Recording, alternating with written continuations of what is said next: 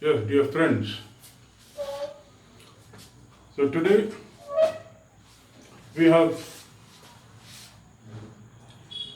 dear friends, you are again welcome to this Akar Communicative English classes for spoken English.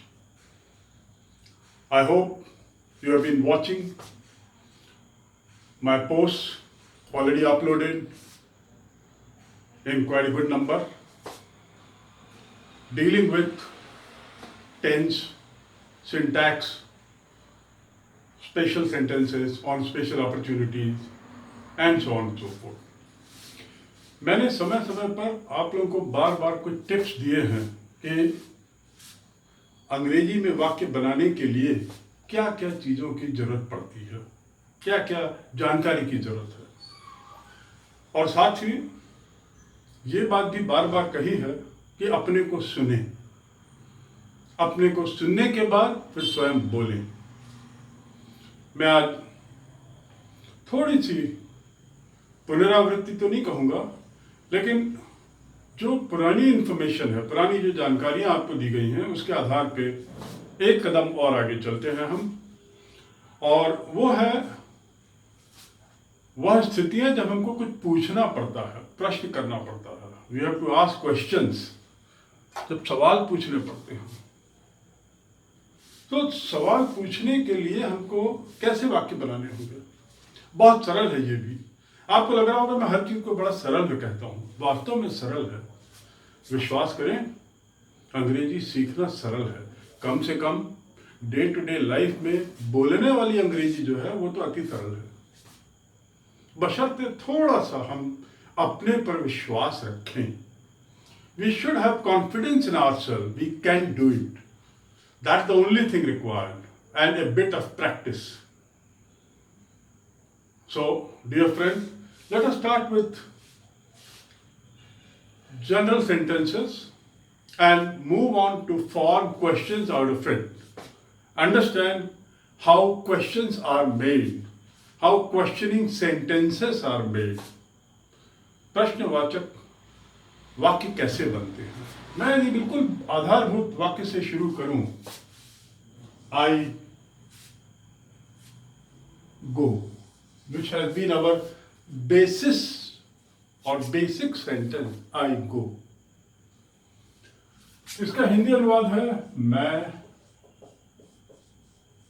जाता हूं। अब इसमें वाक्य क्या बनेगा, प्रश्न क्या बनेगा? क्या मैं जाता हूं?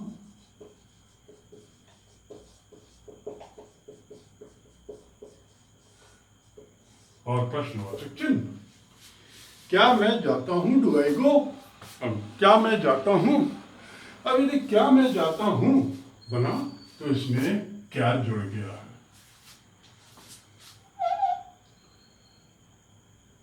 इस क्या के लिए अंग्रेजी में क्या सब्स्टिट्यूट है? क्या मैं खाता हूं? क्या मैं सोता हूं? क्या मैं रोता हूं? क्या मैं हंसता हूं? तो क्या होगा? इसके लिए सीधा आपको यहां पर डू लगाना होगा।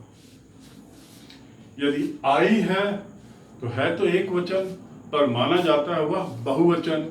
ये आपको पहले कहा गया है। ऐसा और कौन सा सर्वनाम है जो है तो एक वचन लेकिन माना जाता है बहुवचन के जैसा उसको उपयोग किया जाता है आई के अलावा? एक तो आई है जो एक वचन रहते हुए भी डू का उपयोग करता है। ऐसे ही दूसरा कौन सा सर्वनाम है जो वह सर्वनाम एक वचन होते हुए भी डू का उपयोग करता है? बताइए। दूसरा है आई के अलावा you. Do you go? Do you go? Do you eat? Do you sleep? Do you talk? Do you call? Do you get up? Do you dance? Do you laugh? Do you make fun? Do you make chapati? Right? So, do. You or I. Do I eat? Do I look tall? Do I look fat? Do I look handsome? Do I look डल, तो do I. अब ये तो हो गया you और आई के साथ। और यदि ही और शी है तो उसका हिंदी में वाक्य क्या बनेगा? क्या वह जाता है? क्या वह जाता है? क्या वह जाता है?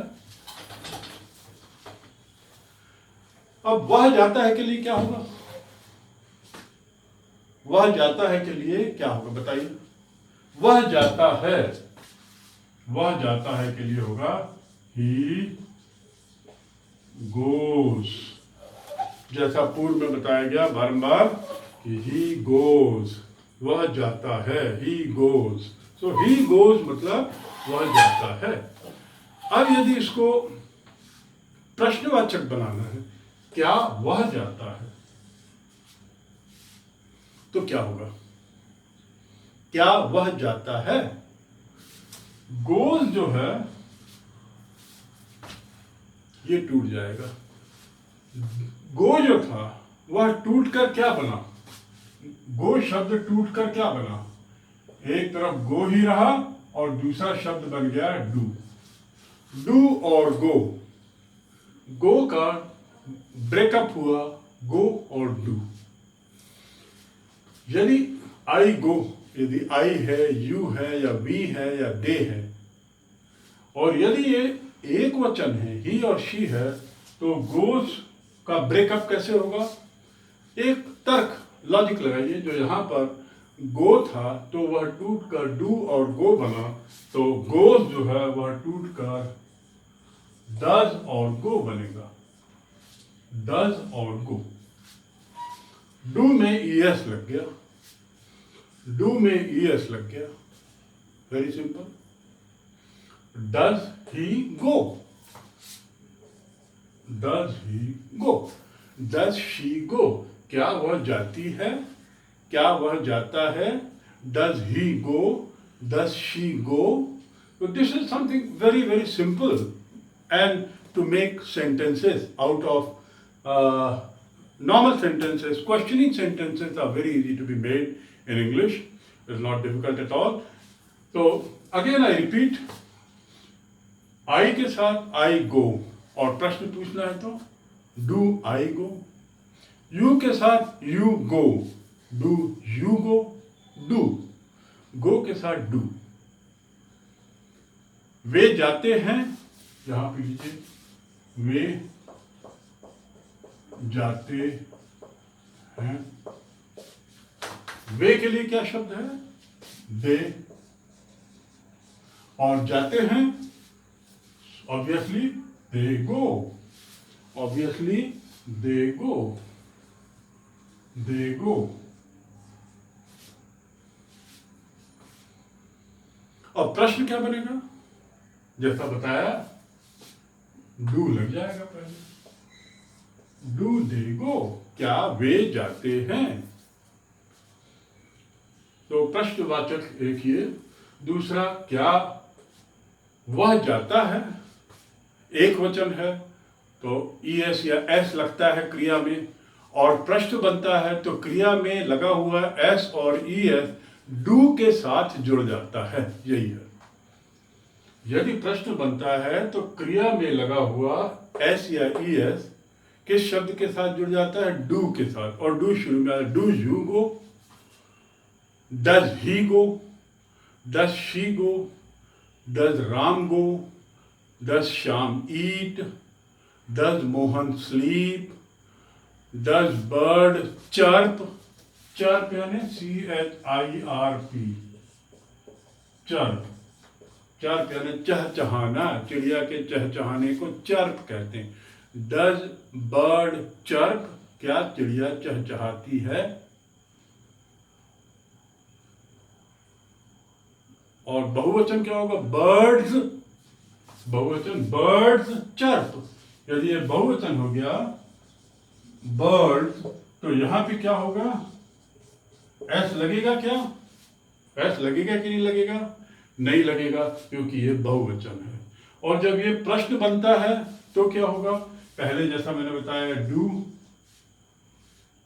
बहुवचन है तो डू, और यदि ये एक वचन रहता बर्ड चक तो does bird chuck, does a bird chuck. तो एक वचन में डू के साथ ईएस या एस जोड़ेंगे, बहुवचन में डू ही रहेगा।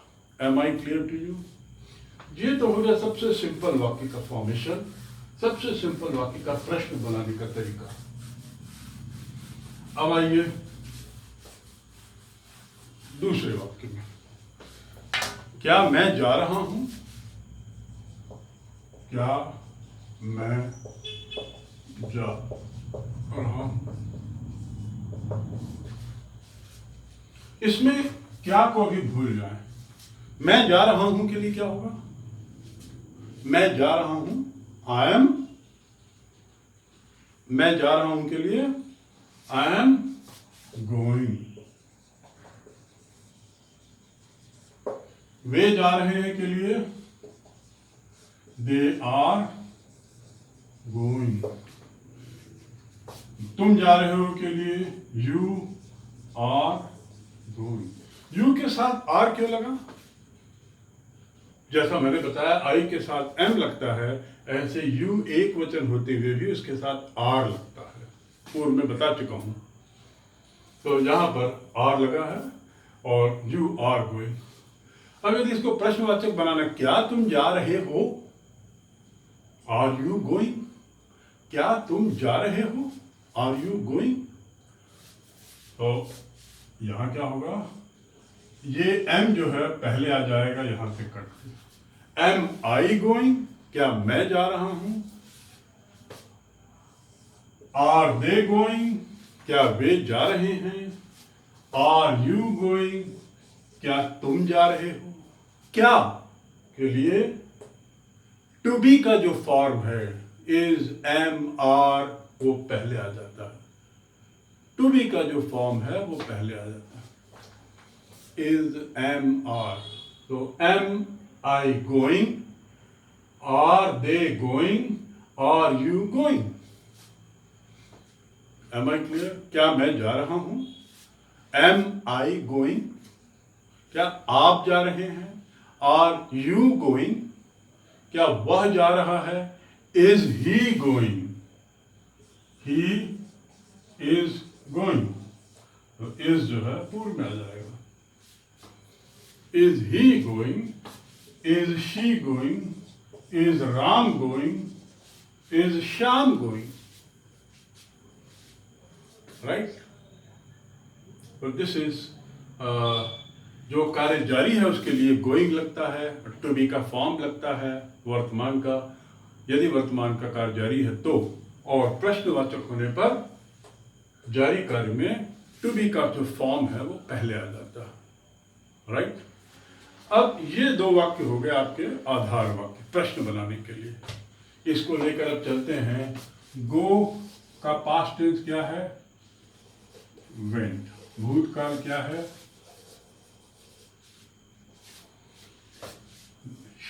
I went. जब आई वेंट हुआ तो ये भूतकाल है। भूतकाल में सब प्रश्न बना मैं गया, वाक्य बना मैं गया। प्रश्न बनता है क्या मैं गया?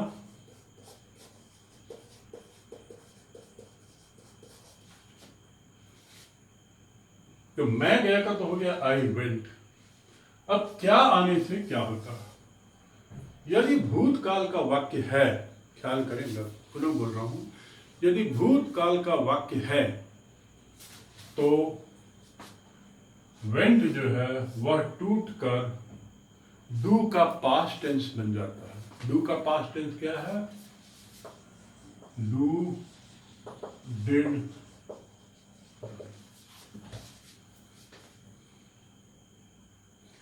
Do did done. तो यहां पे डिड होगा और वेंट टूट के दो भागों में जाएगा। एक तो डिड, जैसे गो जो था वो टूट कर दो भागों में हुआ, डू और गो। यहां वेंट टूट कर डिड और गो। वेंट जो है उसका प्रेजेंट फॉर्म यहाँ लग जाएगा और भूतकाल बताने के लिए डिड, डू की जगह डिड लग जाएगा। तो वाक्य क्या होगा? डिड आई गो, प्रश्न सूचक। डू आई गो, मैं जाता हूं। डिड आई गो, क्या मैं गया। डू आई गो, क्या मैं जाता हूं। डिड आई गो, क्या मैं गया। क्या मैं गया, क्या मैं खाया। Did I eat, did I tell you, क्या मैंने तुम्हें बताया। डिड आई पिक अप, क्या मैंने उठाया। डिड आई स्टार्ट, क्या मैंने शुरू किया। तो did I go, am I clear? Do और डिड में क्या अंतर है? जब भूतकाल की क्रिया लगी हो तो ख्याल रखें उसको तोड़ते हैं प्रश्नवाचक बनाते समय, और डिड और इसका जो पहला फॉर्म है वो आ जाता है। उदाहरण के लिए फिर बताता हूं। ही स्लेप्ट, ही स्लेप्ट, वह सोया। क्या वह सोया? तो स्लेप्ट का क्या फॉर्म होगा? स्लेप्ट का हो जाएगा डिड, और स्लेप्ट का वर्तमान रूप क्या है? स्लीप। तो क्या होगा? Did he sleep, did he sleep. Is it clear? Did he sleep, right? So this is about the two types of sentences, three types. One, do. Second, are going, is going. Third, past. Now let us come to the last one. जो मैंने दूसरा वाक्य बताया था, are going, वो वर्तमान में कार्य जारी है। उसका हिंदी अनुवाद क्या है? क्या मैं जा रहा हूं, मैं जा रहा हूं, क्या मैं जा रहा हूं। मैं जा रहा हूं के लिए क्या था? I am going. क्या मैं जा रहा हूं के लिए क्या था? Am I going. अब हम आते हैं भूत में। भूत में कार्य जारी था। जब मैंने देखा वह खा रहा था, जब मैं फोन लगाया तो वह खा रहा था, जब मैंने उसे जगाया तब वह सो रहा था, जब मैंने दरवाजा खटखटाया तो वह नहा रहा था। नहा रहा है नहीं, नहा रहा था। सो आई वॉज ईटिंग। यहां पर क्या हुआ? जैसा मैंने बताया, यहां पे पूर्व में चला गया। टू बी का जो रूप है वह पूर्व में चला गया, तो यहां भी टू बी का रूप है, पूर्व में चला गया। Was I eating? Were you eating? यहां am की जगह was हुआ, am की जगह I am going, तो past tense हो गया I was going। यहां पे you were eating तो हो गया were you eating। Was he talking? क्या वह बात कर रहा था? Was he talking? He was talking. Was he talking? Was she talking? Was Ram listening? Was Mohan jumping? Was Mohan jumping?